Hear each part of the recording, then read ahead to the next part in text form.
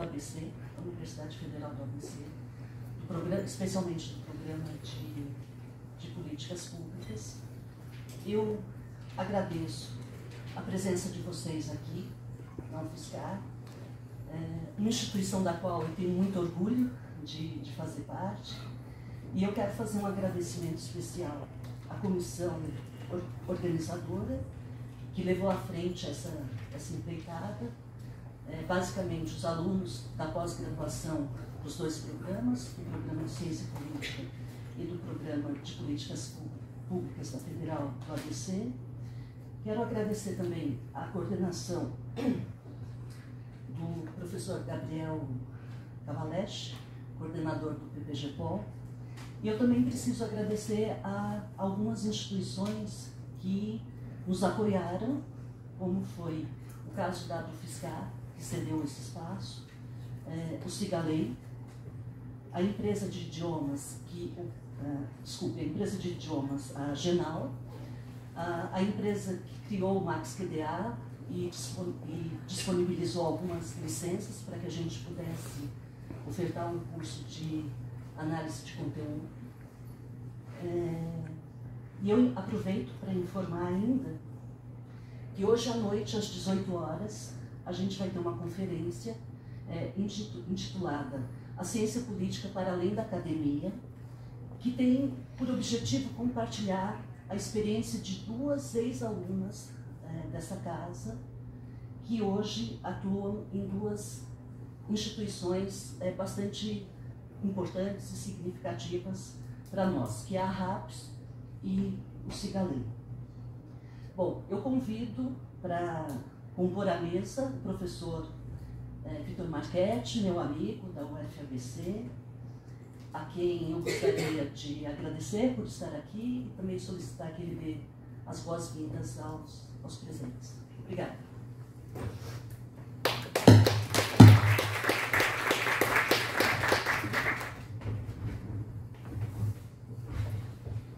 Muito bom dia. Prazer retornar a essa casa, ainda mais com a oportunidade de rever pessoas queridas, né, como a Simone, já amigos de longa data, que é melhor não fazer as contas, né, porque a gente vai percebendo os motivos da existência dos fios brancos que vão surgindo dos nossos cabelos e barbas. Muito orgulho.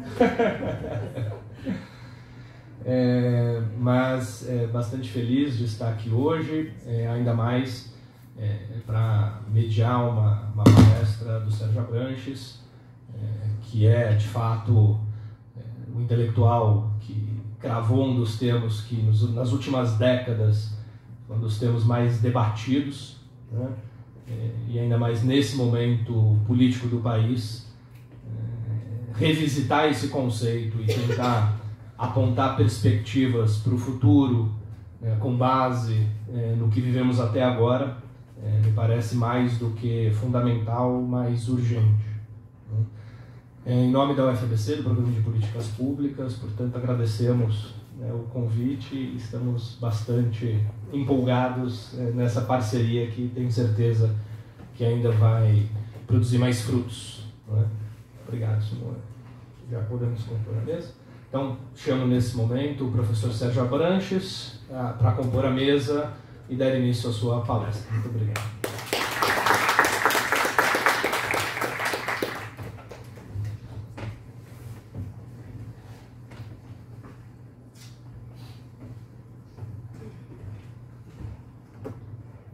Muito bom dia, é um prazer enorme estar aqui. Quando o Simone me convidou, eu falei, olha, com certeza, não há nada que eu goste mais do que conversar com colegas e dos alunos até os professores. É o meu meio, é a minha gente, e eu estou longe institucionalmente, assim, formalmente há bastante tempo, mas nunca deixei de estar nessa família. Eu sempre estive circulando e aceitando todos os convites para debater. E hoje eu vejo a universidade ainda mais precisada desse tipo de encontro plural, de debate de ideias, porque ela se transformou numa vítima do obscurantismo do governo federal e do Ministério da Educação em particular, e ao mesmo tempo uma uma importante instituição de resistência da liberdade de expressão, da liberdade acadêmica e do pluralismo político, da democracia. De modo que eu acho que ninguém pode deixar de aproveitar a oportunidade de abrir debates no ambiente universitário. Eu pensei em discutir aqui, até por conta do momento, uma espécie assim de... basicamente a ideia central do livro que eu vou publicar no começo do ano que vem, que é uma fusão do raciocínio que eu desenvolvi num livro chamado A Era do Imprevisto, com o seu rebatimento na questão brasileira, que é o que está acontecendo com o presidencialismo de coalizão. Então, se vocês me permitirem, eu vou falar em pé ali para poder manejar um pouquinho os slides.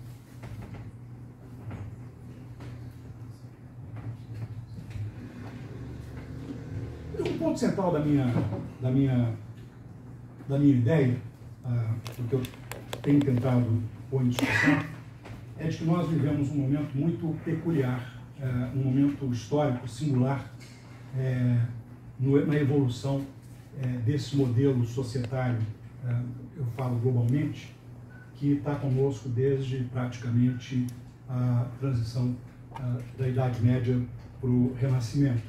Nós somos filhos todos, né, ou crias de diferentes gerações da onda iluminista que trouxe o primado da ciência para a análise do mundo contra o primado da religião, a separação entre igreja e Estado, a imprensa, a liberdade de expressão, a alfabetização do povo. Essas mudanças, e evidentemente a ideia de mais genérica de república e de democracia. Outro dia eu estava conversando com um amigo meu, que foi meu colega no UPR durante muitos anos, Zé Muniz de Carvalho, sobre a questão da república. Ele disse assim, olha, tem uma certa confusão, porque na verdade hoje a gente tem algumas monarquias que são muito mais republicanas do ponto de vista da sua adesão à democracia do que várias repúblicas formais, né? Essa ideia do republicanismo como o respeito pelo coletivo, né, o respeito pela ideia do outro, pelo pensamento do outro, e a ideia de que a sociedade se constrói em conjunto e em conflito, mas conflitos que sejam que não recusem a institucionalidade democrática, é uma ideia que veio junto com as transformações que levaram à hegemonia do capitalismo no final do século XX. Né? E hoje a gente vê um esgarçamento da relação entre a democracia e a sociedade e um esgarçamento da relação das relações sociais de trabalho e produção no âmbito da economia. Muitas dessas transformações ainda muito no seu começo, e daí para o ponto central, nós vivemos uma transição, uma longa transição. E a transição ela tem problemas analíticos próprios, que na verdade nem a sociologia, nem a ciência política mergulharam suficientemente nessas lógicas da transição para nos iluminar muito. Porque a transição não é uma coisa nem outra. E por ser nem uma coisa nem outra, ela fere a lógica e a dinâmica de todos os modelos que a gente possa usar para interpretá-la. É por isso que os paradigmas que nós conhecemos estão todos postos em xeque. E o pior é que há uma questão fundamental, que esse momento da transição, que o Gramsci chamava de interregno, o Bauman se aproveitou dele também, é um momento de maior risco para os valores fundamentais da humanidade, porque é exatamente o momento em que as construções que defendiam esses valores estão postas em xeque porque elas não funcionam mais adequadamente. Então, essa busca de novos modelos e de interpretações que levem em consideração a historicidade específica dos momentos de transição me parece ser de extraordinária importância para a gente conseguir entender o que está se passando no mundo e o que está se passando no Brasil em particular.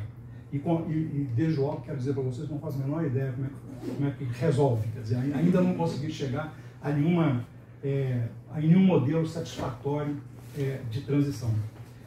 O que eu sei são coisas relativamente óbvias, né? Quer dizer, ela vai ser radical e longa no sentido, quer dizer, para mim é mais longa que para você, por exemplo. Né? Eu provavelmente vou morrer na transição e muita gente que está aqui vai ficar na transição e vai ver um novo mundo. Né? E isso não é mágica. Quer dizer, por que a gente não sabe o que vem? Porque a gente ainda não construiu o que vem. O que vem é uma construção nossa. A gente pode ver os riscos, pode ver as ameaças, e essas transformações elas têm muito risco, muita ameaça. Exatamente porque ela vai produzindo uma metamorfose na sociedade, e nesse momento nós estamos naquela fase do casulo, que é meio, se você não é um especialista, você olha para o casulo, você não sabe o que vai sair de lá, se vai sair uma borboleta multicolorida, se vai sair uma coisa cinza, não sabemos, né? Só que essa metamorfose nós é que vamos produzir. Nós estamos dentro do casulo, estabelecendo relações e interações entre nós, criando contradições que vão produzir o que vem depois. Mas o fato é que a gente ficou um pouco sem tendência. Eu estava nessa reunião que a gente teve na UFMG, onde eu recebi o convite para vir aqui, de politólogos também. A gente tinha uma noção muito clara de que, por exemplo, no Brasil, de acordo com o modelo que a gente, pelo menos que eu trabalho, que é o presidencialismo de coalizão, esse governo não tem muito futuro. Mas também, de acordo com o meu modelo, ele não teria sido eleito. Portanto, e aí, né? Então, é isso, quer dizer, setores e fatores que indicavam antes o caminho, a tendência, e permitia você fazer certas previsões, sobretudo na economia, não tem mais esse poder preditivo que tinham no passado. E está mudando muito toda a conformação demográfica e sociológica da sociedade. E ela está se dissolvendo e vai construindo novas formas, novas formações que ainda não estão nem maduras, nem para a gente poder analisar adequadamente, nem suficientemente, e nem o que está sendo posto para trás, o que está morrendo, já morreu, quer dizer, ainda está ali na máquina, tentando sobreviver e produzindo, de qualquer forma, efeitos importantes, né? O sociólogo alemão Ulrich Beck chama essa situação da sociedade metamorfose uma sociedade de risco, né? E sobretudo com o relevo que ele põe na questão climática, que é um dos fatores, um dos vetores dessa grande transição. Ela produz mudanças importantes que mudam o nosso ecossistema, né, a nossa biosfera, e, portanto, mudam as condições materiais de vida, que sempre foram um fundamento importante para a sociologia, e ao mudar os fundamentos materiais da vida, muda as relações sociais. Né? E aí sim, quer dizer, a gente pode fazer alguns cenários. Quer dizer, se os cientistas, os climatologistas estiverem certos, e se nós não fizermos uma inversão radical do nosso padrão de emissões, de tal forma a evitar um aquecimento de 3,5 a 4 graus Celsius, em média, nós de fato estamos olhando para uma sociedade futura sociologicamente absurda.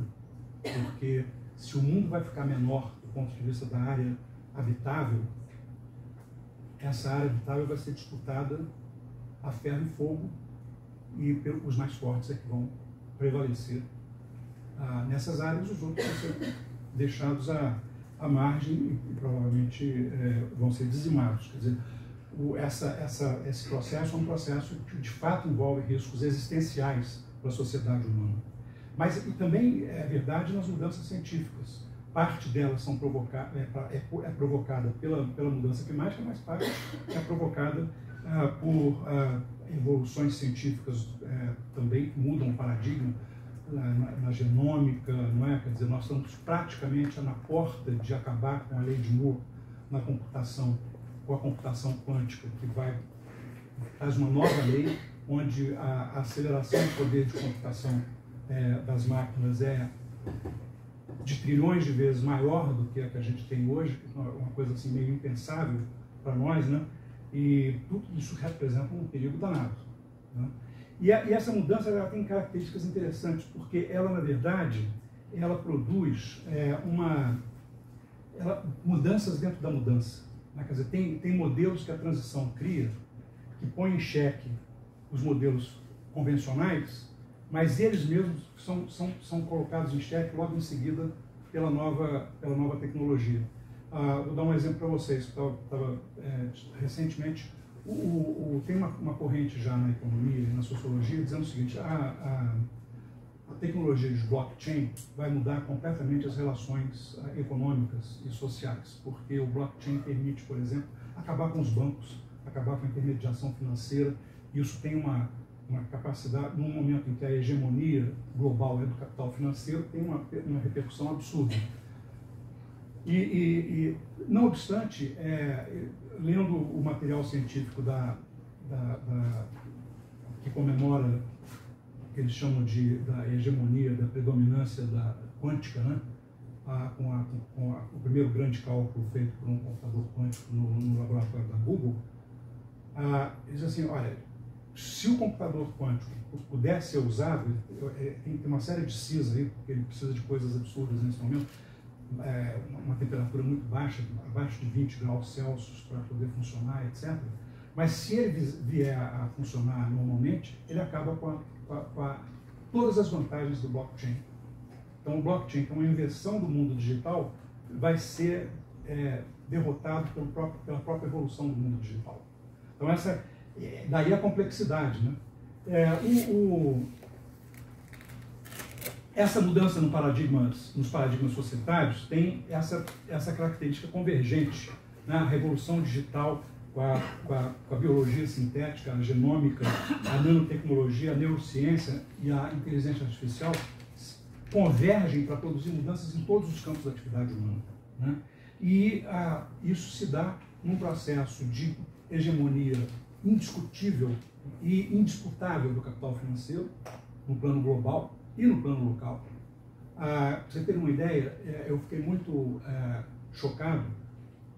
Eu fiz um contrato há uns anos atrás para dar uma assessoria para uma empresa de consultoria de economistas e recrutar um politólogo para poder trabalhar com eles e desenvolver alguns modelos. E quando eles me mostraram o modelo econômico deles, eu fiquei chocadíssimo, porque o modelo econômico deles não tinha uma variável do mundo real. Eles simplesmente não olhavam o setor produtivo em nenhum dos seus aspectos, eles só olhavam dados financeiros e projetavam o seu cenário para o futuro com base nos dados financeiros. Quer dizer, não é que a hegemonia do capital financeiro é apenas uma hegemonia no sentido das relações econômicas, né, de que o capital financeiro controla hoje as maiores empresas, etc. Não, é de que o capital financeiro gera uma ideologia, uma visão de mundo totalmente financeira, totalmente voltada para a sua própria lógica.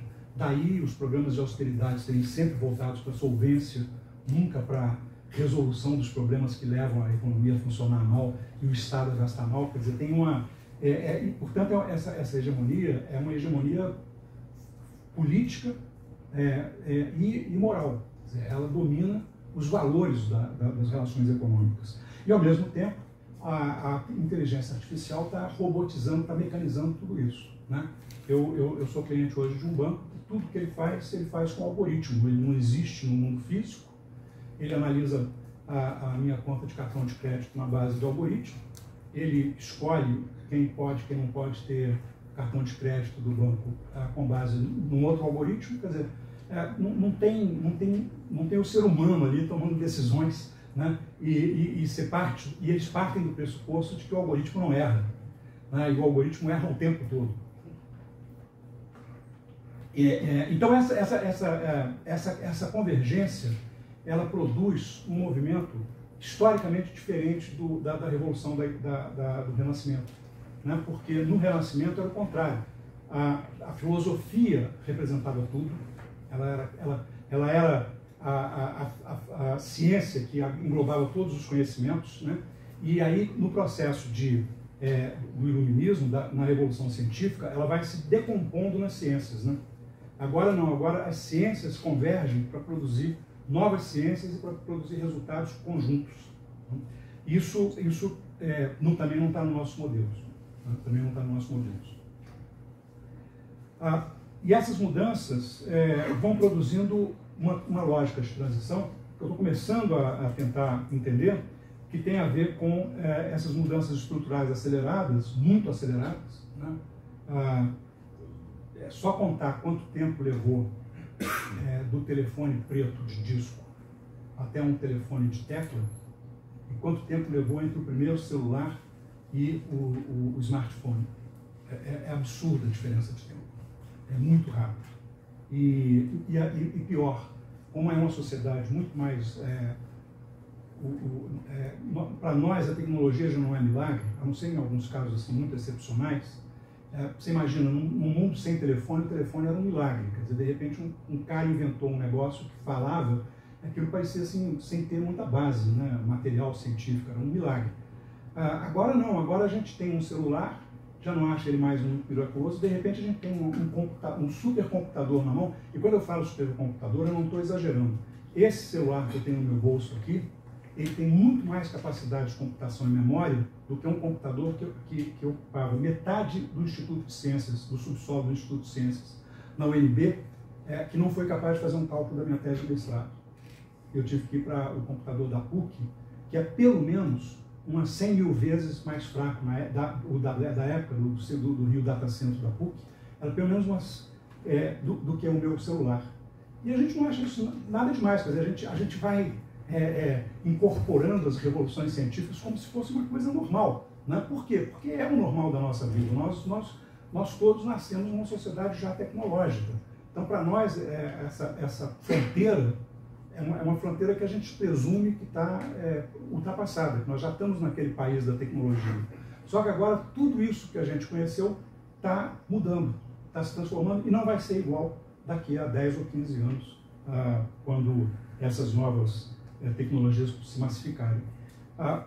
Por outro lado, nós temos uma sociedade que também muda muito rapidamente, as relações sociais mudam muito rapidamente, mas as instituições não mudam. Esse descompasso entre as instituições políticas e as instituições sociais vai produzindo vazios, gaps, que não são preenchidos por nada na transição. Isso dá uma sensação de desalento, de desproteção, né? E as instituições que funcionam começam a ser disfuncionais, porque elas não conseguem entender a lógica do novo mundo, que já está ali, mas é muito incipiente, como ninguém é capaz de entender. Não é um defeito das instituições, é uma destinação das instituições. Elas foram construídas para arbitrar, mediar, regular, explicar um mundo que está acabando. O mundo que está nascendo não foi feito para ela não foi feita para esse mundo, na verdade. Então, ela desfunciona. E qual é o problema? O problema é que nós estamos tendo novas categorias sociais, que nenhum dos modelos sociológicos, do marxismo até o funcionalismo e o pós-funcionalismo, conseguem explicar. Né? A lógica, por exemplo, do marxismo está sendo posta em xeque, daqui a pouco eu vou mostrar para vocês porquê.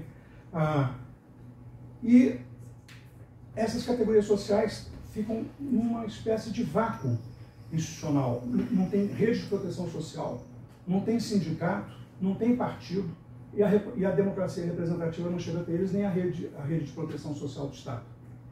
Está todo mundo ali por conta própria, sua vida é seu risco, se vira.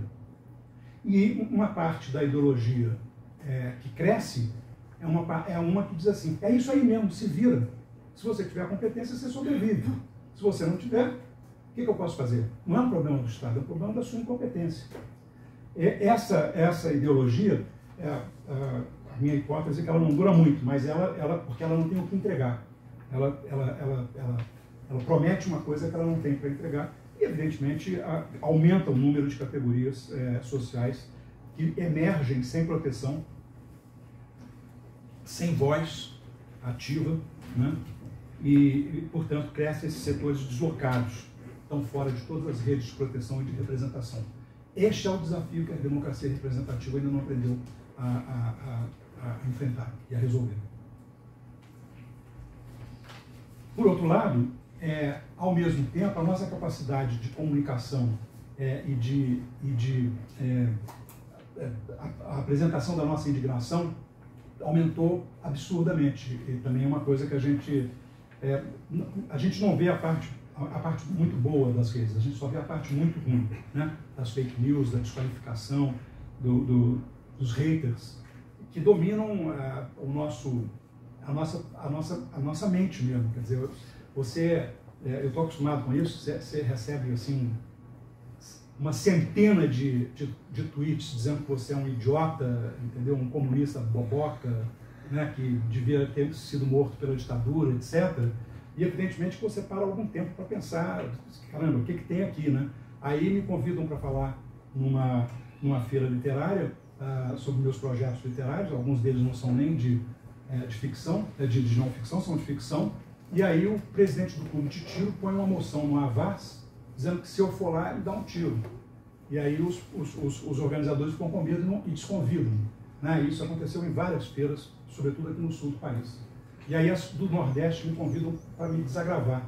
Né? Então eu fico mais comunista ainda, porque aí eu vou para a região vermelha do país ser desagravado. Mas ao mesmo tempo, todos aqueles que sabem que eu me opus a várias coisas do PT também me atacam na rede. Né? Quer dizer, aí eles olham, vem cá, a rede não é mais do que uma expressão de certos desatavios, mas o fato é o seguinte, eu vejo muita coisa positiva nela. Quer dizer, tem um dia que estraga um pouco o meu café da manhã ter tanto ataque, né? E tanta perda de tempo, mas por outro lado, no dia seguinte, a quantidade de informação nova que eu recebi, de links que eu pude abrir e descobrir papers, é enorme. Quer dizer, então eu não posso dizer, não, a rede digital é ruim. A rede digital é boa. Por outro lado, é ela que está comandando esses movimentos de indignação que vão para a rua, não necessariamente do meu lado, né, quer dizer, do lado que eu gostaria, muitas vezes sim, mas essa indignação, como ela não tem capacidade de expressão pelos canais convencionais, os partidos não querem ouvir falar e por outro lado as demandas não estão articuladas como uma coisa um todo coerente. Né? Quer dizer, você vai para a rua por razões às vezes muito particulares, e aí você se encontra ali na rua e o pensamento coletivo se faz na rua. As observações, por exemplo, do que aconteceu na Praça Tahrir, no Egito, mostram isso.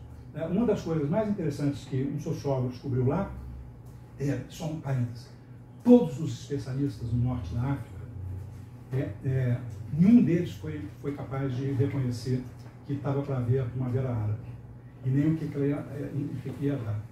Por quê? Porque a Primavera Árabe não está nos modelos, tá certo? Quer dizer, o norte da África é uma formação que tinha um modelo ali mais autoritário, etc., e tal, religioso, tinha uma série de influências, e o modelo funcionava, até que não funcionou. Né? E aí tem um artigo de um dos sêniores dos especialistas do norte da África, que escreveu um artigo na Foreign Affairs dizendo o seguinte, nenhum de nós foi capaz de prever. Esse mundo está muito, muito, muito diferente. Uma vez conversando numa plateia mais diversificada, assim, que tinha gente da área de medicina, etc., um professor do departamento de odontologia da PUC disse assim, não, você sabe que é interessante. Outro dia nós estávamos vendo a tecnologia de impressão 3D, né? As impressoras 3D para fazer próteses, etc., e as formas também de fixação que hoje são via colágeno, etc. E aí a próxima tecnologia, ele disse assim, aí tinha um colega meu do lado, disse assim, bom, para mim já deu, eu saio daqui e fecho meu consultório. Eu não consigo acompanhar esse negócio, entendeu? Isso aí não é a mim. E eu tenho um amigo que é neurocirurgião, que ele abre o curso dele de neurocirurgia, é um dos melhores do Brasil, ele, na UFRJ, ele abre dizendo o seguinte, eu vou ensinar para vocês uma medicina que vocês não vão praticar. Porque quando vocês chegarem ao ponto que eu estou, vocês vão fazer uma coisa completamente diferente da minha, que eu não sei o que é. Então eu não posso ensinar isso para vocês. Então eu vou ensinar fundamentos, porque os fundamentos não vão mudar. O cérebro, a sua anatomia, a sua fisiologia, etc., não vai mudar. Bom, você vai conhecer mais do cérebro e vai ver melhor o cérebro do que eu, mas então eu só vou ensinar fundamento. E é isso, quer dizer, nenhum de nós sabe o que vai ser. Mas eu, voltando à Praça Tahrir, o que tinha de interessante lá, um sociólogo mostrou, era o seguinte, as pessoas perguntadas por que foram para a Praça Tahrir, elas foram pelas mais diferentes razões. Por que elas ficaram? Bom, elas ficaram porque elas começaram a se sentir fortes. Aí sim, quer dizer, é a coisa do coletivo. E por que teve uma diversificação de gênero e uma num país que tem sérios problemas com mulher sair pela rua gritando coisas, né? E de geração. Bom, as mulheres, porque tinham umas mais afoitas que foram logo no começo, e aí, como elas apareciam nas redes, nos streamings que eles faziam e na televisão, na CNN, as outras mulheres foram também. E os pais foram porque viram os filhos na praça. Aí sim, isso a sociologia explica. Contágio, comunicação, né? Aí sim, mas o problema é o seguinte, a gente precisa explicar por que foram. Né? Quer dizer, essa que é a questão. Foram por razões pouco explicáveis, porque são tão idiosincráticas que evidentemente não cabem num modelo. Né? A outra coisa é essa coisa do overload, da recontextualização da privacidade. Né? Tem uma socióloga de Harvard que estuda basicamente a interação entre sociedade e tecnologia, e ela foi estudar isso nos adolescentes. E ela tem um paper muito interessante que é o seguinte: não é que os adolescentes não tenham privacidade, é que o conceito de privacidade deles é muito diferente de nós adultos. Eles compartilham coisas que nós ficaríamos corados de compartilhar. A gente considera muito privado. E eles acham que é uma coisa que eles podem compartilhar com o seu grupo. Mas tem coisas que eles não compartilham de jeito nenhum, que fazem parte da privacidade deles e que não tem a ver com as coisas que a gente não... Algumas delas até a gente compartilharia de boa. Então, tem uma mudança nas gerações dos conceitos com relação a essas coisas. Por outro lado, quanto mais a gente dominar a Big Data, quanto mais as ciências sociais forem capazes de incorporar a grande massa de dados, isso acaba com um grande problema metodológico da ciência social, que é a estatística de pequenos números. Né? E nos ajuda a entender esses movimentos fragmentados. Para você conseguir entender a lógica de um movimento que tem muita especificidade, muita individualidade, só você observando o fenômeno em massa. E em massa a gente não tinha meios para sair perguntando, porque como assim? Né? Quer dizer, você não consegue fazer um survey com 1 milhão de respondentes. Então você não... Mas na Big Data pode. O que nós temos é que aprender como é que faz para depurar os dados gerados pelo Twitter, pelo Facebook e pelos seus sucedâneos. Mas ele é fundamental, porque isso aí vai também mudar muito a ciência social. Provavelmente nós seremos libertados da regressão que hoje se usa, que é muito precarinho. Portanto, essa mudança nos fundamentos da sociedade, ela produz terremotos, ela produz tremores muito fortes na superfície, e esses tremores da superfície vão demolindo, vão fazendo desmoronar os edifícios mais frágeis da institucionalidade que está sendo superada. Mas as emergências ainda não estão maduras o suficiente, então a gente vive nesse entretempo aí. Deixa eu tentar mostrar para vocês um pouco como é que um modelo, como é que um paradigma sólido, do ponto de vista da sua construção intelectual, começa a ter problemas. A teoria do valor do Marx, que é uma crítica da teoria do valor da economia liberal clássica, diz que o lucro é resultado do trabalho não pago, do trabalho material, da força de trabalho aplicada na produção, na transformação da matéria-prima em mercadoria, né? Uma força física de trabalho que não é remunerada. Isso gera uma mais-valia, um valor não pago, e esse valor não pago se transforma no lucro do capitalista. Bom, mas e se a transformação material da matéria-prima para se transformar numa commodity, numa mercadoria, for feita por robôs? Onde que está a mais-valia? Aí tem alguns marxistas que dizem o seguinte: não, no trabalho intelectual. Mas o trabalho intelectual, na visão do Marx, chama-se trabalho improdutivo, ele não produz valor. Uma vez eu fui falar isso numa reunião com os sindicalistas, e aí uma moça ficou brava comigo, achando que eu estava ofendendo ela. Eu disse: não estou dizendo que é trabalho vagabundo, não. Estou dizendo que o trabalho para o Marx é improdutivo porque não produz mais valor, mais valia. Não é porque não é útil, não é porque não é importante, não é porque não é necessário. E E, por outro lado, bom, o Marx tinha uma resposta assim, provisoríssima num pequeno artigo dele, um texto, na verdade, assim, informal que ele escreveu, no qual ele falava da mecanização total da indústria. Ele achava que ia acontecer. Marx achava que o trabalho ia ser substituído pela máquina.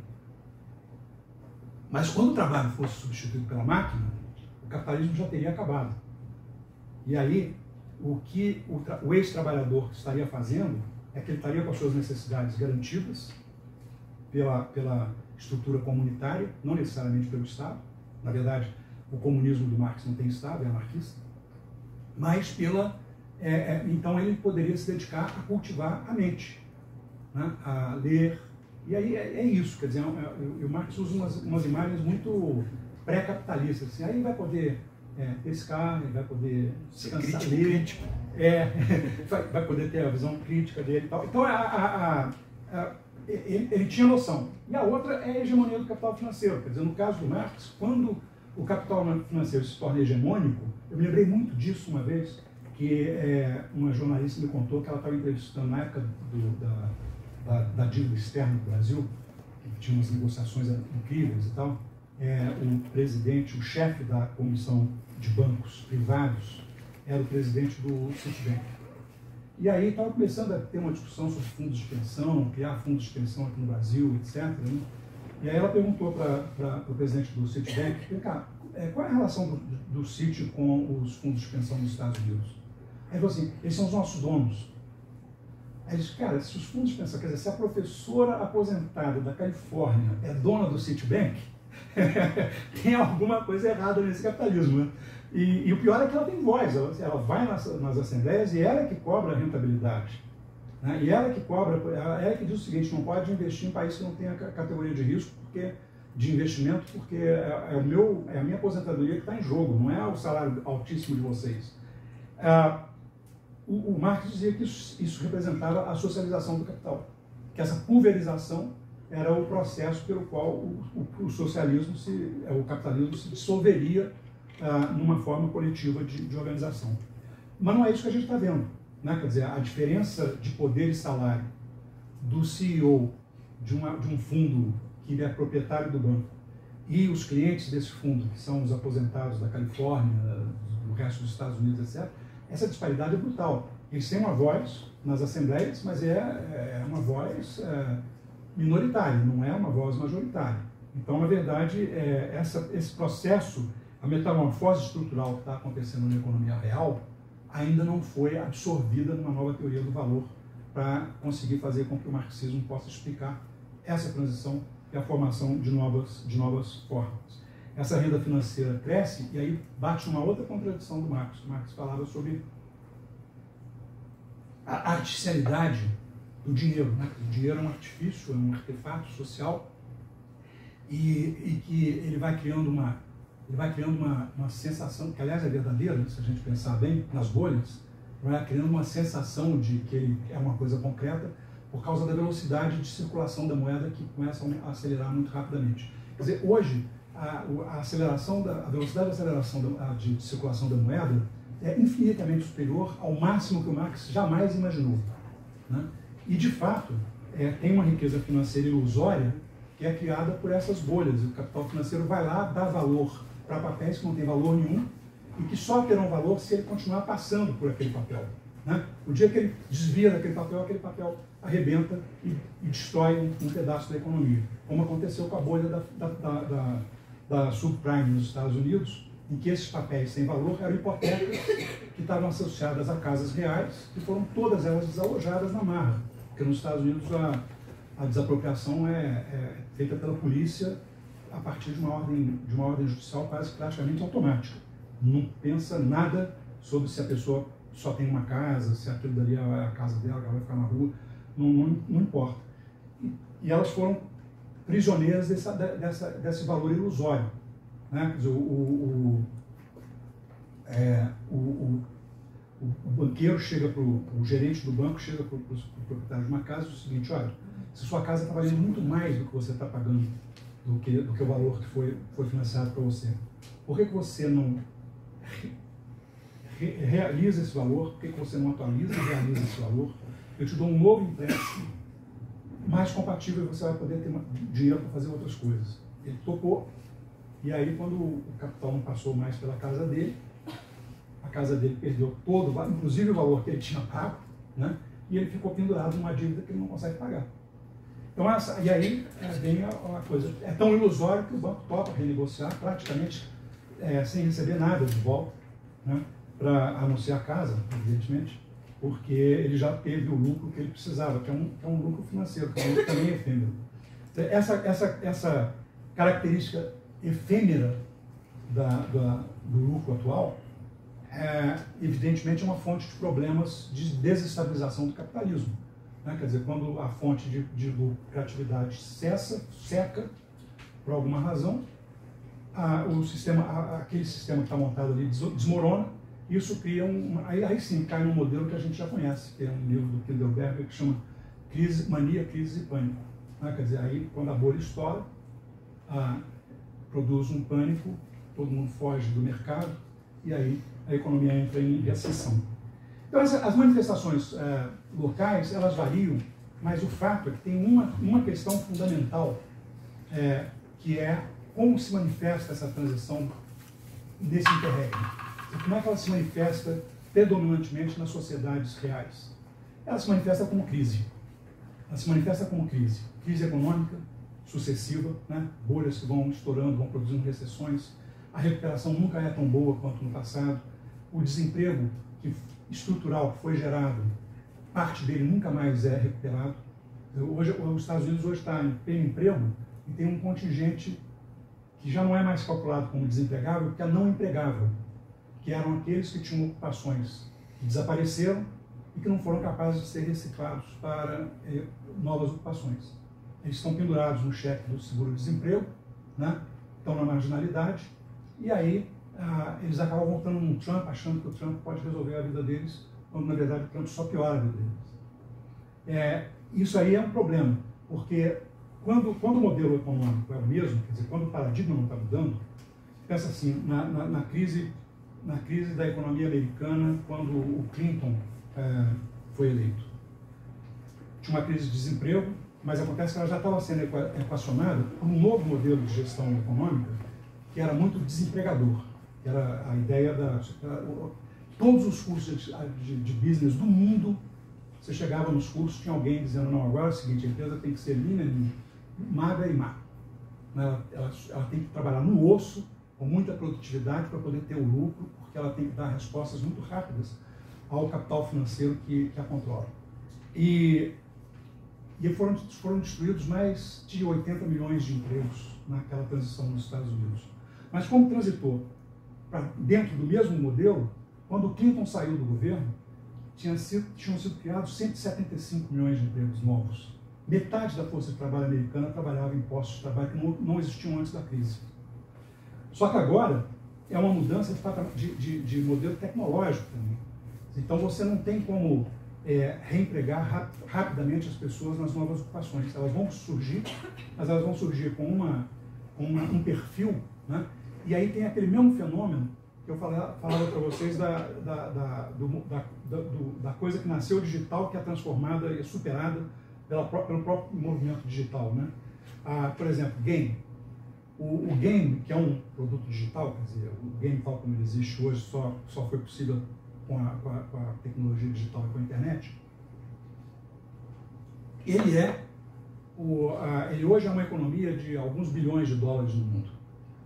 E ele foi aí a fonte de lucro, transformava estudantes em bilionários da noite para o dia, era porque você fazia um jogo muito interessante, você vendia o jogo, ele era um campeão de venda, você ganhava muito dinheiro vendendo o jogo.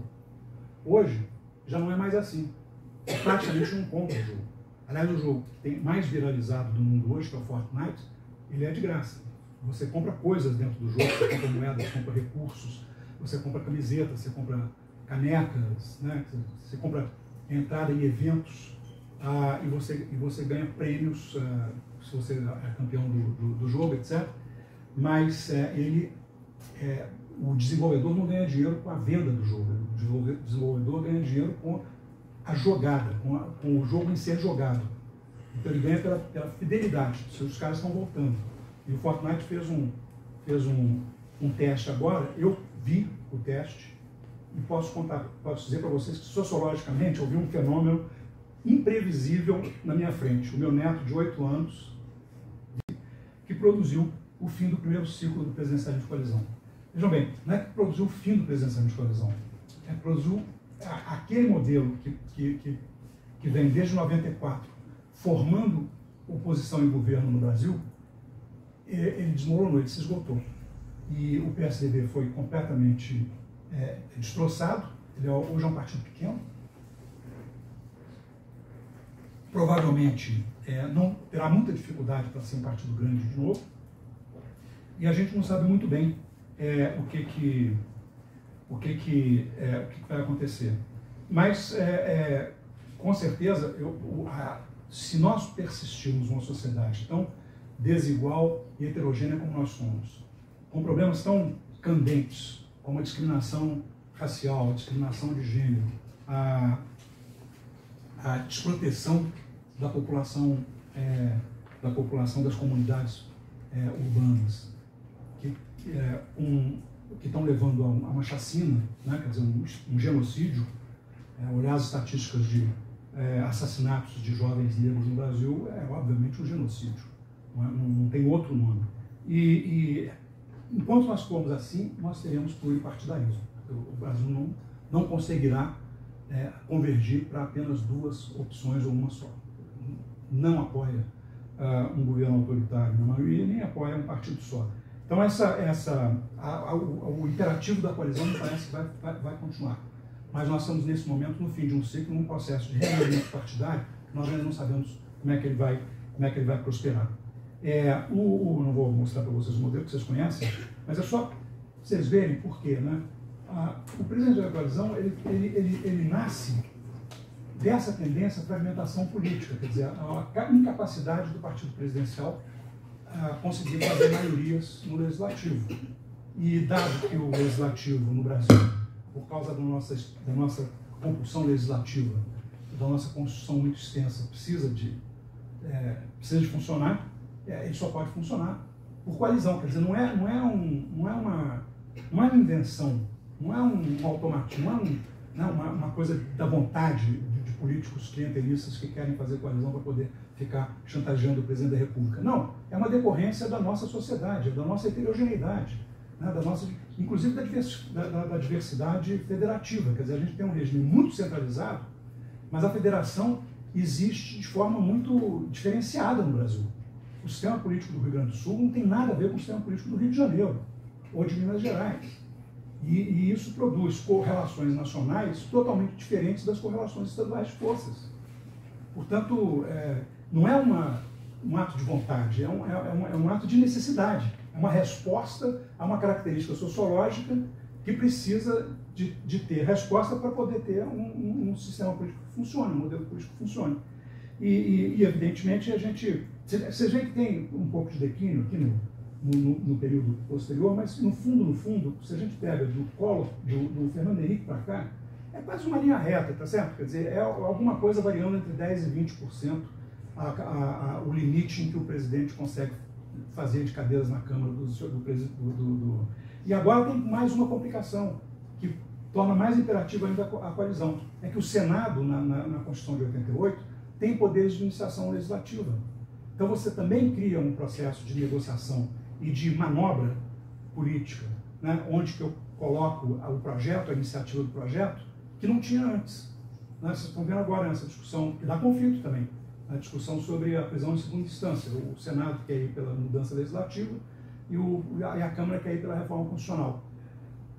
E ainda dentro dos limites impostos pela cláusula pétrea. Quer dizer, você cria um jogo muito complicado, parece simples, mas politicamente é muito complicado de equacionar, né?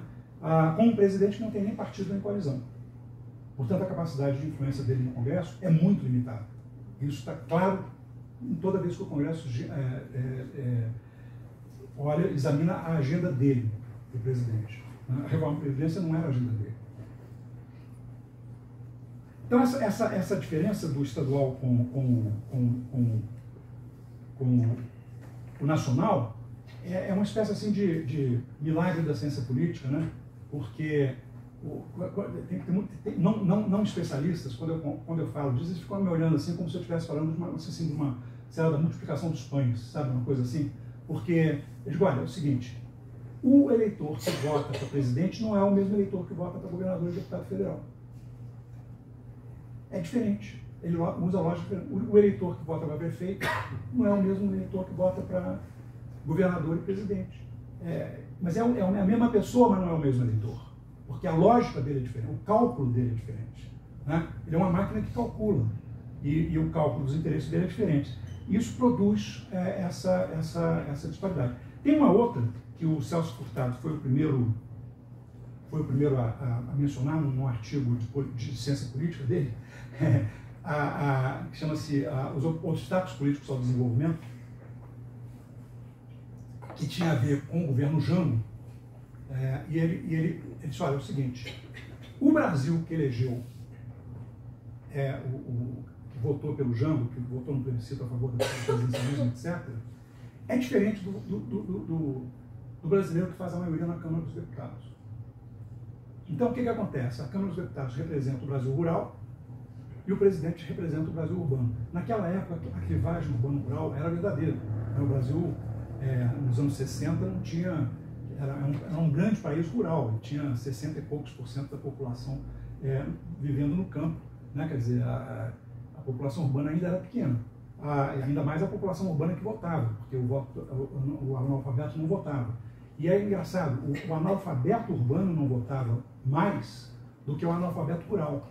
Porque o analfabeto rural, os coronéis ensinavam ele a garatujar o nome, e aí ele disse assim, eu sei escrever meu nome, e votava. Então ele tinha um voto do analfabeto que era de cabresto no Brasil rural, e o voto do analfabeto não contava muito no Brasil urbano. Isso era verdade, ele sabia, o Brasil urbano quer reformas e o Brasil rural é reacionário. É uma boa explicação para aquele Brasil. Hoje já não é mais assim, mas é assim. Quer dizer, no sentido de que a composição da Câmara dos Deputados e do Senado não reflete o espectro de voto e de interesses que elegeram o presidente da República.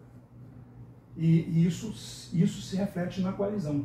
Daí porque ele precisa de negociar. Não é para dar dinheiro para deputado corrupto. Não é? Quer dizer, quando você tem negociação de coalizão dessa forma, é uma deturpação do método de formar coalizões. Mas a coalizão, agora mesmo a Europa tem vários países que estão negociando coalizões. A Espanha está fazendo uma negociação de coalizão muito interessante e delicada. Tá? E tentou 4 vezes e fracassou. 4 eleições em 4 anos. E agora, pela primeira vez, está tendo sucesso numa coalizão com remoção de vetos assim, inegociáveis do ponto de vista do Podemos e do ponto de vista do PSOE, que agora não são mais inegociáveis. Por que não são inegociáveis? Porque teve um fator novo. A extrema-direita, o Vox, se tornou a terceira força e destroçou os Cidadãos, que era um partido de classe média conservadora, de direita, liberal, que era muito mais negociável, não é? O pessoal chegou a fazer uma aliança com os Cidadãos, mas o Vox não dá nem para conversar. É o racista, misógino, anti-Europa, anti-migração. Mas um espanhol ser anti-Europa, um português ser anti-Europa, para mim assim, uma coisa impensável. Quando eu era estudante, eu fui muitas vezes à Espanha, eu fiz uma pesquisa sobre as origens do capitalismo na Espanha. E visitava muito Portugal também. Eu tinha um amigo meu, um historiador português, Manuel Verdadeiro de Cabral. Uma vez eu cheguei em Lisboa, vindo de Madrid, procurei por ele, senão o Manuel está na Europa. Quer dizer, Portugal nem se considerava parte da Europa, eles estavam na Europa, eles se referiam à Europa com alteridade. Quer dizer, obviamente, se você se refere a uma coisa que é mais do que você, mais desenvolvida que você, melhor que você, com alteridade, significa que você também pensa nela como desejo. Né?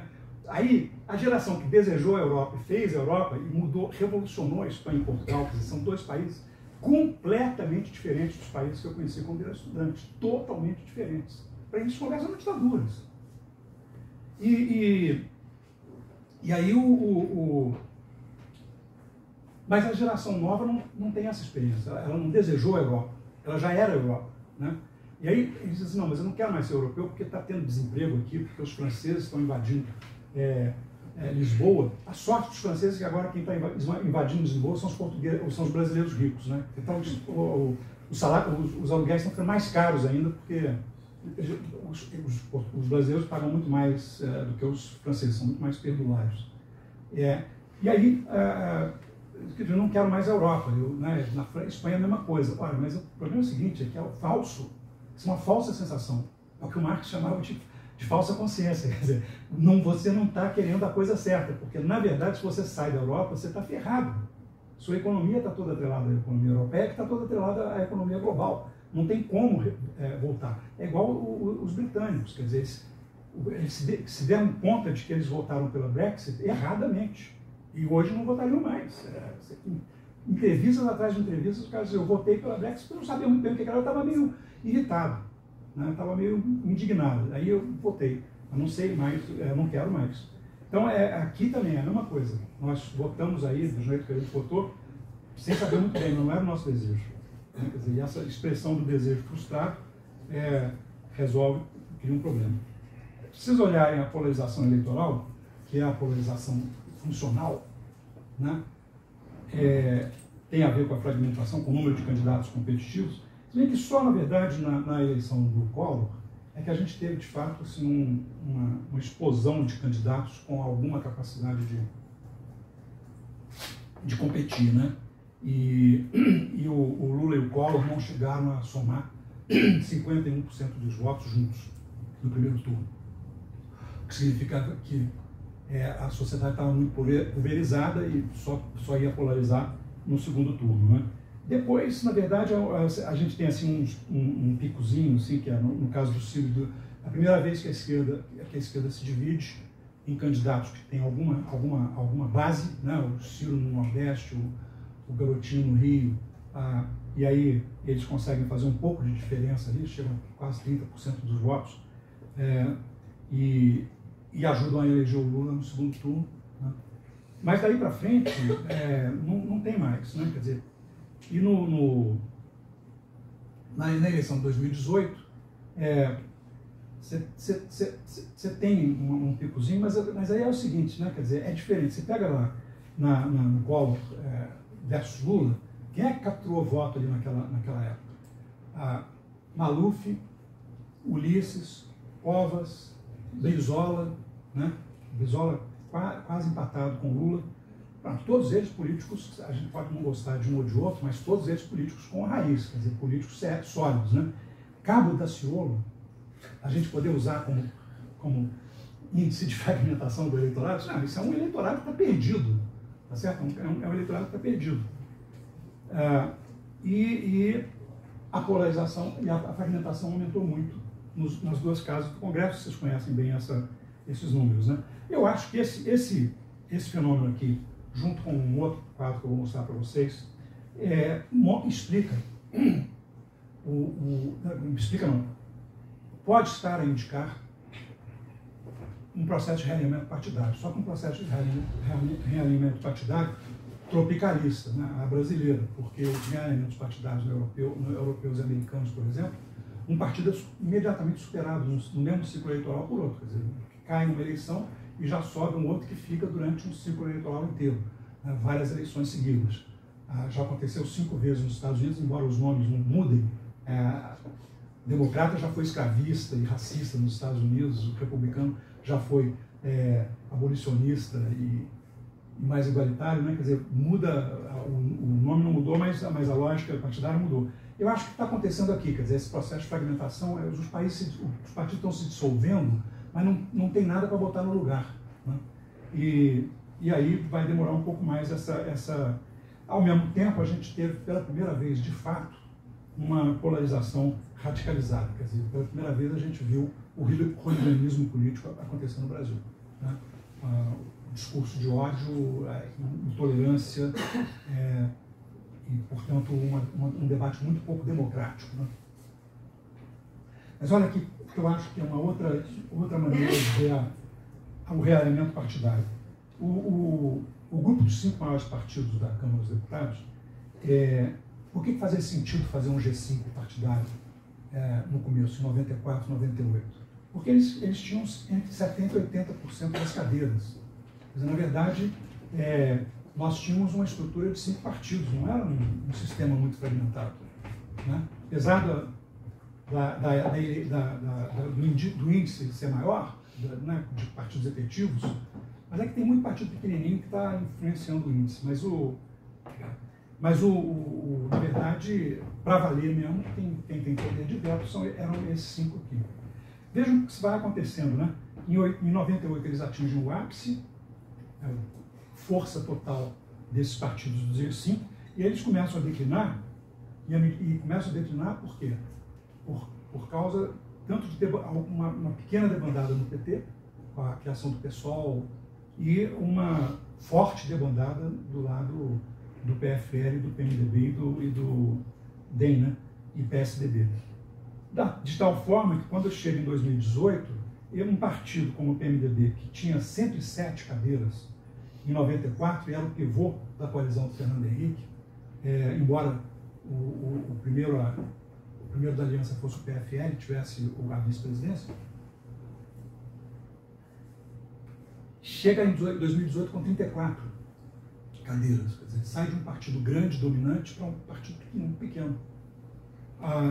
O Democrata é a mesma coisa, ele sai ali de 105 em 98 para 29. O PSDB sai de 100 praticamente, 99 e 98, e chega a 29. Os dois deixam o G5 em 2018. Aliás, o Democrata sai desde a eleição de 2014. E aí quem entra no lugar? Bom, quem entra no lugar, quem cresce, na verdade, se vocês repararem bem, deixa eu mostrar. É o...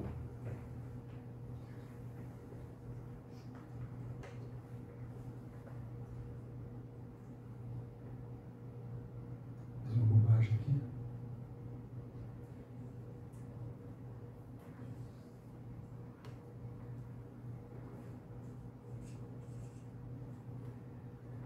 Quem cresce mesmo é o PSD, olha só. O PT mantém uma linha razoavelmente estável, né? Mas não estou conseguindo fazer a minha caneta funcionar. E o PSD ocupa, a partir de 2014, o lugar do Democratas, mas com menos poder de fogo, quer dizer, mais ou menos do tamanho do PMDB. Mas vejam o percentual de cadeiras que eles controlam, que sai de 79% em 98 para 41% agora. Ou seja, não tem mais maioria, tá certo? Não tem mais maioria, nem na oposição, nem no governo. Né? E a média de deputados de cadeiras dos partidos nominal passa de 81 em 98 para 43. Quer dizer, você tem o tamanho médio diminui pela metade dos partidos. Quer dizer, aqui você tem um quadro de ingovernabilidade. Aqui você tem um quadro de ingovernabilidade. Só não chegamos na ingovernabilidade porque tem outros fatores novos que estão fazendo com que isso não aconteça. É o fato do presidente ter abdicado de ter influência no legislativo e querer só governar por decreto, e aí deu uma efêmera e ilusória capacidade de protagonista para o legislativo e, sobretudo, para o Rodrigo Maia. Mas não parece que faça sustentar por muito tempo. Então você vê, por que eu acho que tem um realinhamento? Olha lá, essa convergência para os pequenos números ali, de todos os partidos, todos eles declinando, esse salto idiosincrático aí do PSL, que é a mesma coisa que aconteceu com o PRN do Collor, quer dizer, não é possível dizer se esse partido vai sobreviver. Agora, inclusive, nem faz mais sentido discutir isso, porque ele já não é mais o partido do presidente. Né? Então, quer dizer que nada é como parece nesse governo. E no Senado também teve o mesmo processo de redução de bancadas. Né? No Senado, esse processo é mais lento, por quê? Porque você renova 2/3 e 1/3. Quer dizer, então tem sempre uma rabeira do processo anterior que só vai se esgotar numa segunda eleição. Né? Quer dizer, então o processo é mais lento de mudança da correlação de forças dos partidos no Senado, mas vai acontecer. Né? Vai acontecer. Mas, de qualquer forma, a gente vê que o G5 perdeu força, né? E Então, nesse momento, a gente tem partidos oligárquicos que estão todos eles definhando. Parte dos oligarcas, dos chefes dos partidos, sequer conseguiu se reeleger na eleição de 2018. Né? Continuam mantendo influência, pensa assim, né? Quem está por trás continua ainda sendo chefes políticos locais.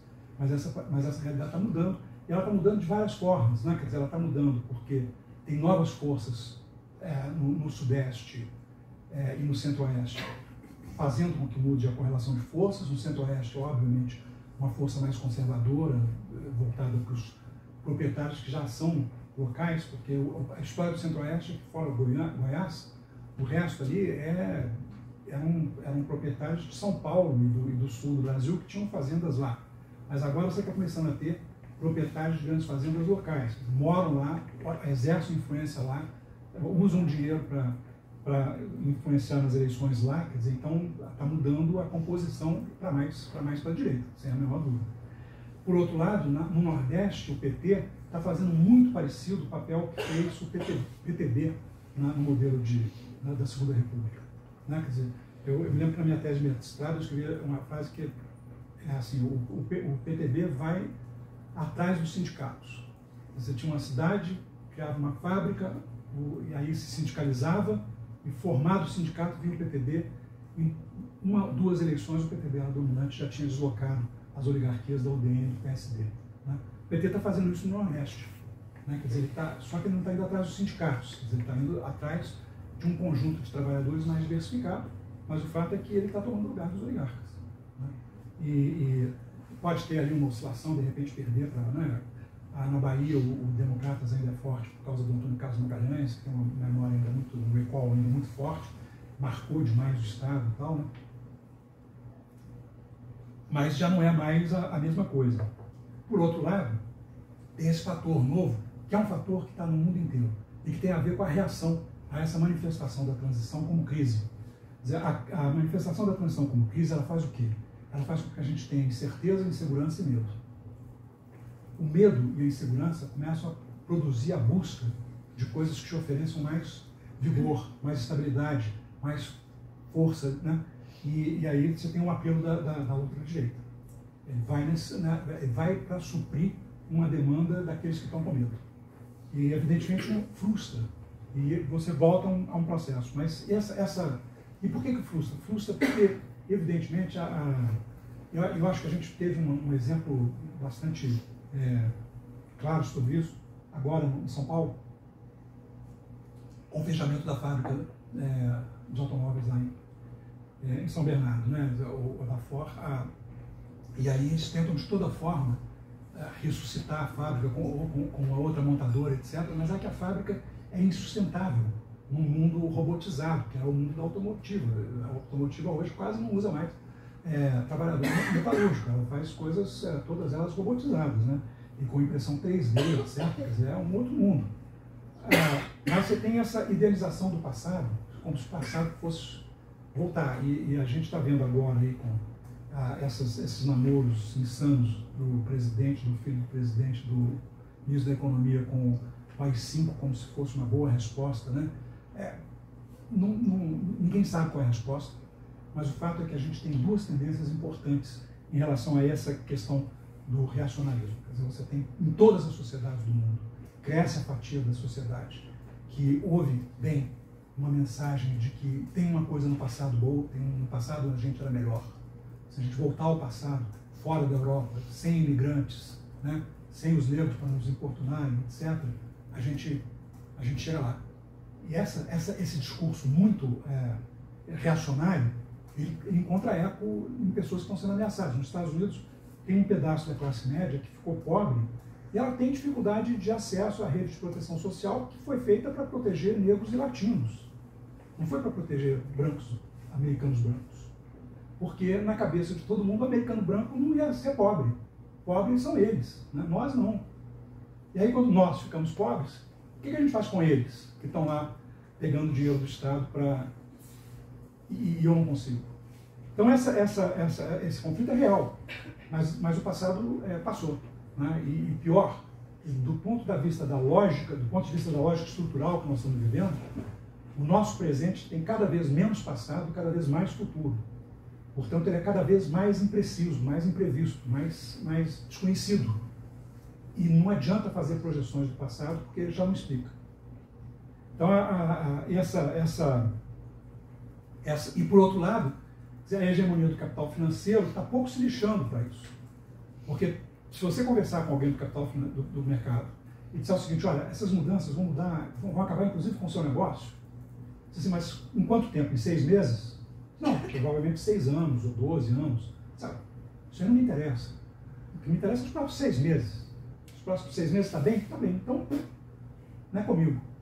Né? Então, por outro lado, e eu influencio as políticas públicas nessa direção. Quer dizer, então, as políticas públicas são todas voltadas para enfrentar problemas do presente. Nenhuma delas está focando no futuro. No problema, o que fazer com os desempregados estruturais que não vão ser absorvidos, o que fazer com os novos que não estão representados, como fazer com que as instituições abracem a diversidade e a liberdade de escolhas, e a possibilidade de eu nascer negro, ou latino, ou oriental, ou árabe, e não ser perseguido por causa disso, né? Não tem ninguém pensando nisso. Já teve. Que foram as cotas no Brasil. Né?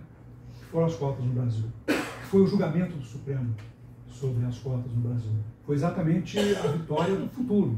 Né? Quer dizer, no futuro nós não queremos ser como temos sido.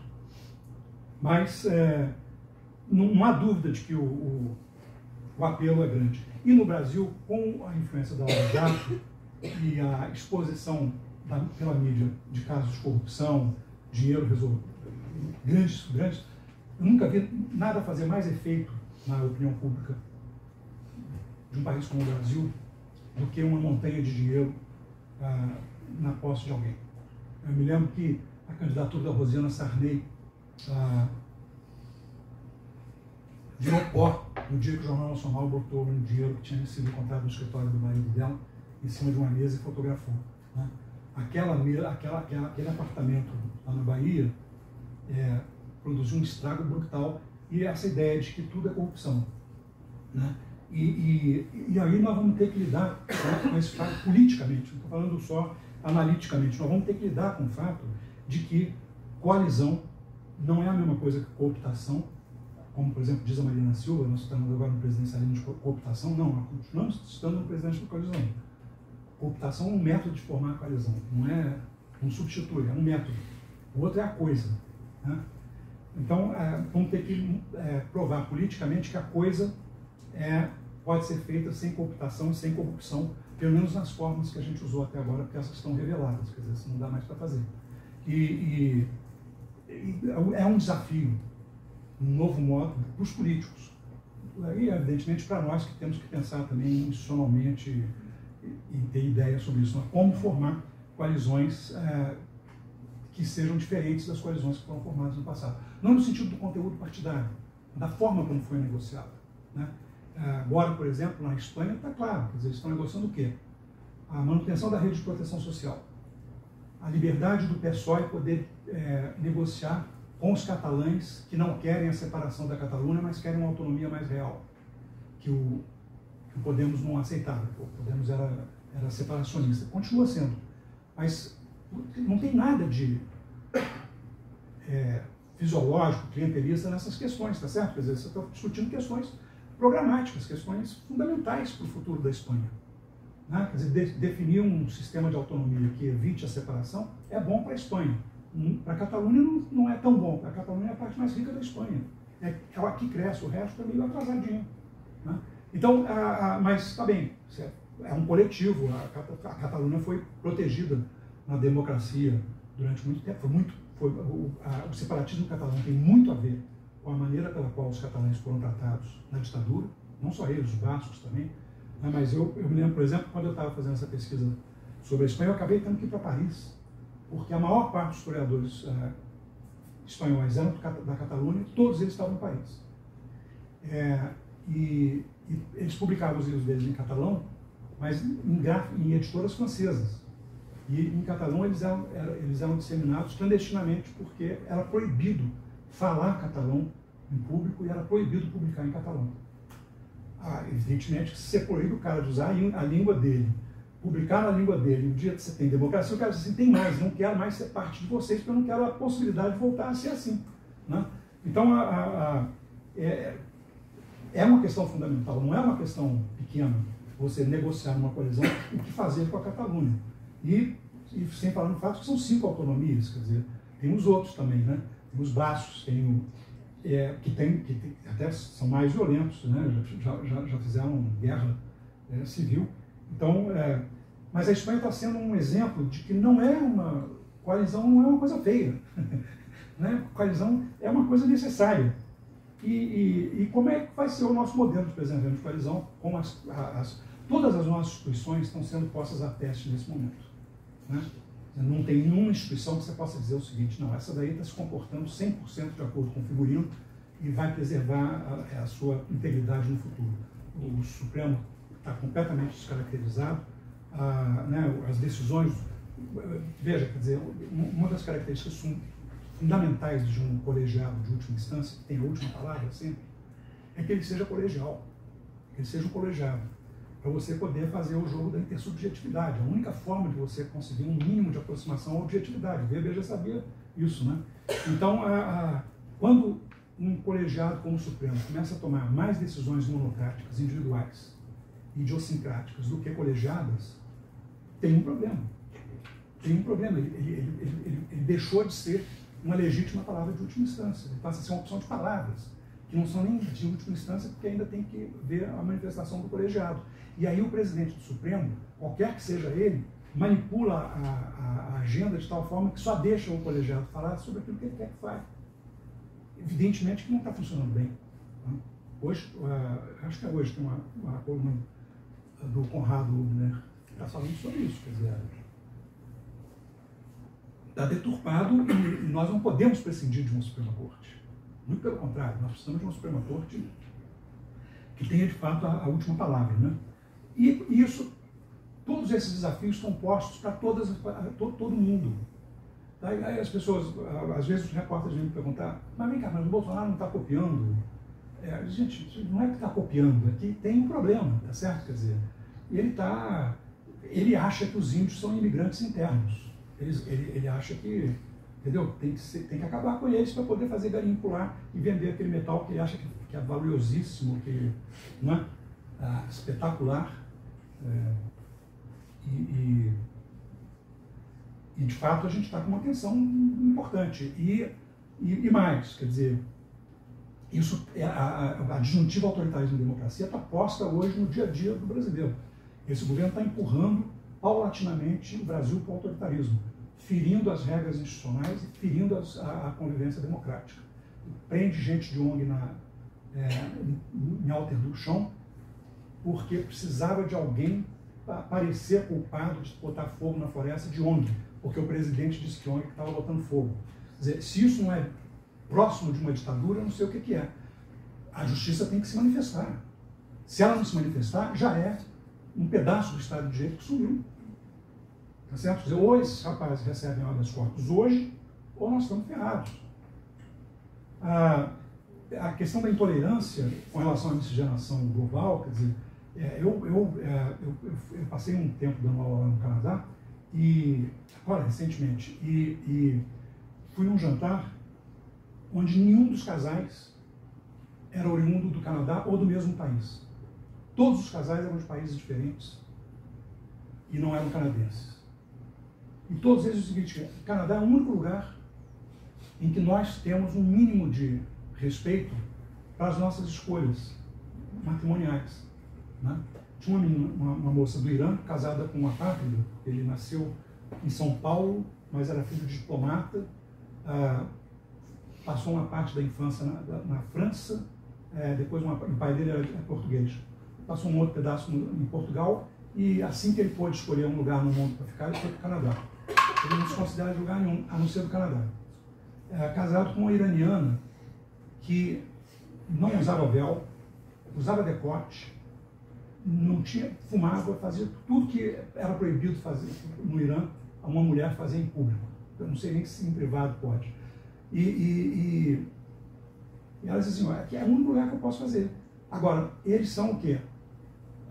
Ele não, mas ela e vários outros com quem eu conversei, não eram aceitos nem na cultura do marido, nem na cultura do seu país. Eles estavam rejeitados pela sua família no Irã, a moça, e evidentemente o casamento absurdo dela, porque não foi o pai que escolheu o marido, e na família dele também que não tinham não gostavam muito dela porque ela fumava haxixe. Então, eles são um tipo de gente, eles são um ente sociológico que não existia no passado. Ou existia muito pouco e não criava o problema. Como agora existe em massa, né? Um japonês saindo com uma mulher de véu, né? Andando pela rua, em qualquer parte do mundo seria, no mínimo, olhado, encarado assim, com uma certa estranheza. Que diabo é isso, né? Um japonês com uma árabe empurrando um carrinho de bebê. Cara, isso em qualquer país árabe que eu conheço não dá, tá certo? Então ela está sendo rejeitada pela sua família. E ele provavelmente também, se ele for de uma família tradicional japonesa, está rejeitado na família dele também o casamento. Quer dizer, essas coisas são reais, né? Do mesmo forma que a questão da interracialidade no Brasil. Quer dizer, você não pode deixar que o Brasil passe mais tempo sem reconhecer que ele é um país racista e que é um país machista. Eu falo isso, não falo da boca para fora, não, eu falo isso muito seriamente. Eu falo muito em plateias plurais sobre essa questão e eu sempre digo o seguinte: eu tenho consciência absoluta de que eu sou um homem branco. Portanto, todo dia eu tenho que decidir, antes de sair de casa, antes de fazer o primeiro tweet, eu tenho que decidir que não vou discriminar nem os negros nem as mulheres.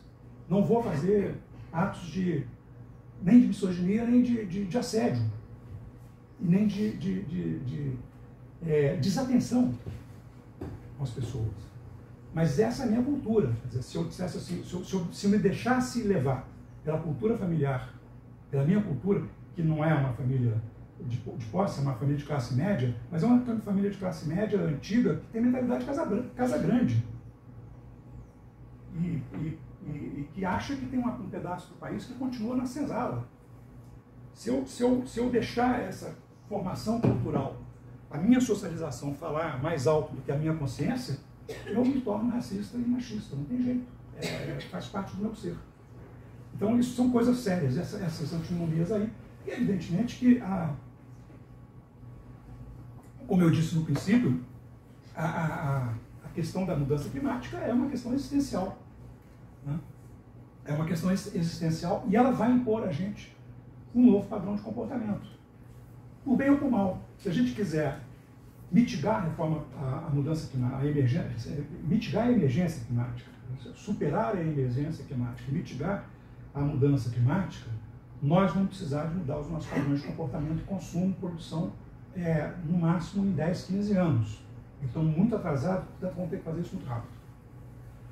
Aí, nós teremos escolhido um novo padrão de comportamento voluntariamente. Daqui a 10 anos, esse padrão não vai ser imposto, e provavelmente para pior. Aí nós vamos ter que fazer sacrifícios existenciais para poder conseguir minimamente sobreviver em áreas muito inóspitas. Se não tivermos o azar de sermos fracos e estarmos em áreas que são ainda amenas, produtivas, tem agricultura, porque aí nós seremos desapropriados, seremos expulsos dessas áreas ou mortos. Por outro lado, a gente tem que levar em consideração essa coisinha aqui de baixo, né?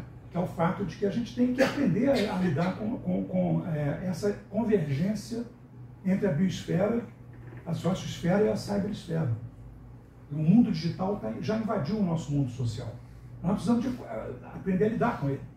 E a biosfera deixou de ser uma coisa separada que a gente pode usar como lata de lixo, explorar como fonte de matéria-prima, etc., achando que ela é de graça. Né? Não, a biosfera não é de graça. E não é o planeta, é outra coisa boboca que muitos falam, não, que a gente tem que salvar o planeta. Não, o planeta não precisa ser salvo. O planeta é um acidente geológico e sideral. Ele vai acabar um dia implodindo dentro do Sol, quer dizer, o Sol vai implodir, vai acabar com isso tudo. Não é problema nosso, entendeu? Isso é problema da natureza ou de Deus, não tem nada a ver conosco. O que tem a ver conosco é a biosfera, quer dizer, são as condições de sobrevivência da raça humana, do ser humano. Marte não tem ser humano e é lindo, tá certo? Eu se não tivesse muito problema, eu gostaria de passear em Marte, entendeu? Para ver aquela paisagem, aquele grande deserto e tal, né?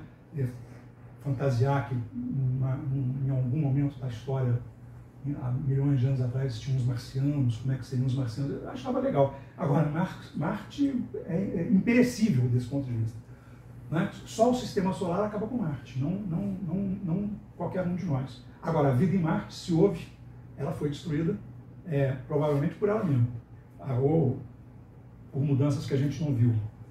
Portanto, o que eu tenho insistido muito, esse último slide aí é o meu slide de aula,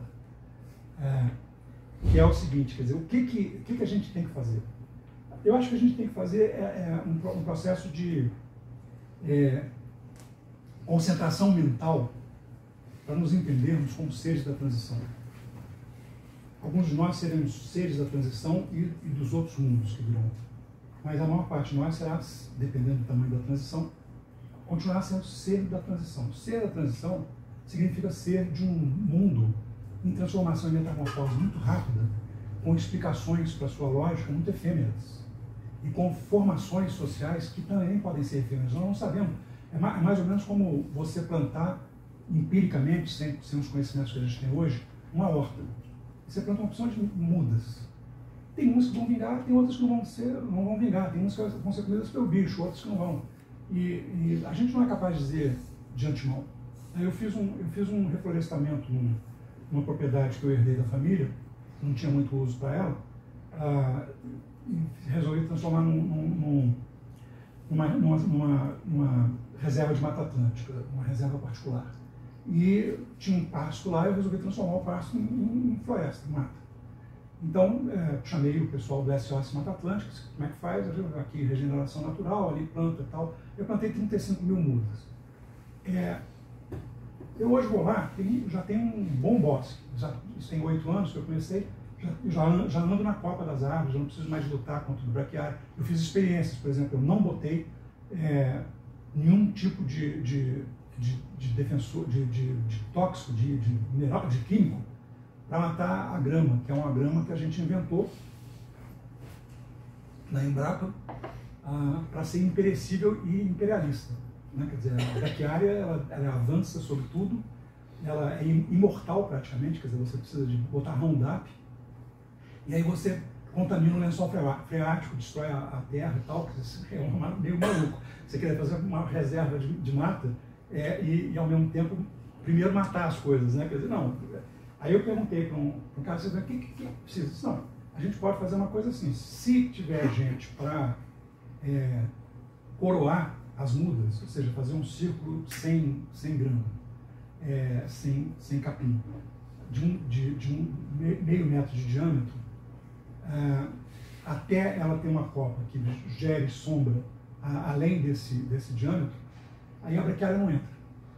A única coisa que a braquiária precisa é de sol e água, né? Então você tira o sol. E aí ele falou assim, mas isso nunca aconteceu. E agora a minha reserva virou case porque aconteceu. Quer dizer, o que eu fazia? Era um lugar que tinha muito desemprego, aí eu peguei e fazia mutirão e oferecia um salário e mais comida. E alojamento para eles. E eles, tudo de boa qualidade. E a gente coroava. Então eles já sabiam. Chegava na época, a braquiária já deve estar tomando conta lá. E vai. E tinha mais ainda o dinheiro que eles recebiam de uma ONG pela quantidade de jararacas que eles conseguissem capturar para uma pesquisa que é feita em Belo Horizonte, junto com o CNRS, de uso do veneno da jararaca, para câncer. Aliás, com razoável sucesso já. Então, essa ONG pagava, uma ONG francesa pagava, provavelmente do governo francês, pagava por cobra, porque a cobra de cativeiro, o veneno começa a ficar fraco e não tem muita eficácia. E era deles, eles capturaram. E lá tem de dar com pau, é um perigo andar naquela mata, porque tem uma quantidade de cobra. Eu tenho horror à cobra, então, mas eu aprendi a lidar com elas, porque eu gosto de andar na mata, e toda hora a gente encontra. E a jararaca é uma cobra agressiva, ela vai atrás de você. Não é como a cascavel que só ataca se você for para cima dela. Mas a jararaca não, ela vem para cima em qualquer circunstância. Então, eu morro de medo. Mas gosto lá. E a gente tem que repensar tudo isso. Quer dizer, temos que repensar a representação, temos que entender quais são as novas comunidades, quer dizer, quais são os pontos de contato que permitem agrupar interesses em alguma coisa parecida com o partido. Porque eu não acredito que o partido vai sobreviver a essa mudança. Ele está acabando junto com esse mundo. O que vai fazer a representação no mundo futuro, eu não faço muita ideia, mas eu acho que passa por essa identificação de comunidades no mundo que vai estar ainda muito marcado pela fragmentação individualista do modelo da transição. Como é que a gente identifica isso, né? Então, a gente nunca pensou como identificar a priori, quer dizer, como construir um modelo a priorístico de comunalidades possíveis que possam agregar politicamente as pessoas. O que a gente fazia? A gente fazia empiricamente, a gente olhava os agregados e aí montava um modelo para dizer o que eles têm em comum. A gente estudava o que eles tinham em comum e aí, ex post, eles já estavam agregados, a gente dizia o que são as comunalidades. Agora não. Agora a gente tem que pensar quais são as comunalidades que podem vir a agregar a essa sociedade fragmentária que vai ficar cada vez mais fragmentária ao longo do processo de transição. E redesenhar comunidades. E vamos ter que recolectivizar a política, radicalizar essa ideia da república, né? E reestatizar o Estado ou acabar com o Estado. O que certamente não vai funcionar é, no mundo tecnológico, um Estado capturado por interesses particulares, como a gente tem hoje. Isso definitivamente não vai. Então, se a gente quer, eu acho que está na hora de começar a ter novas utopias comunitárias. Tem alguns ex-alunos meus que dizem assim, nossa, nunca pensei que você fosse ficar mais velho e mais anarquista. Mas talvez seja parte da transição da minha. Mas eu cada vez acho que o ideal democrático só se realiza numa sociedade sem Estado. Cada vez. E mais, porque o que está acontecendo? A última palavra minha, gente. O Estado Nacional, nesse processo de transição, ele que está em questão. As cidades não. Cada vez as cidades estão mais vibrantes. Quer dizer, por que cidades inteligentes? Por que a ideia de cidades sustentáveis? Por que a ideia de bairros autônomos, autogovernados? Que é o que está começando a ser aplicado na Europa e nos Estados Unidos. Porque, na verdade, a vida está nas cidades. E se você quer fazer uma coisa genuinamente sustentável, autônoma, autogovernada,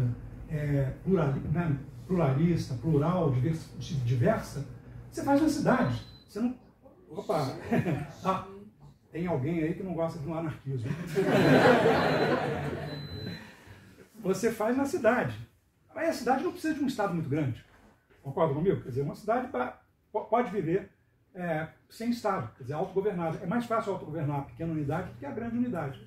Mas o Estado Nacional, porque a gente está tendo cada vez mais coisas globais, não é impensável, por exemplo, que a forma pela qual vai ser regulada a ciberesfera será uma variedade de fórmulas nacionais. Não vai ser. Provavelmente vai ser uma coisa global, como a gente tem hoje já para a internet, mas sem governo. Uma coisa quase invisível. Tá certo? Mas a cidade continua a ser cada vez mais concreta e mais real. E a vida política da cidade passa a ser cada vez mais decisiva.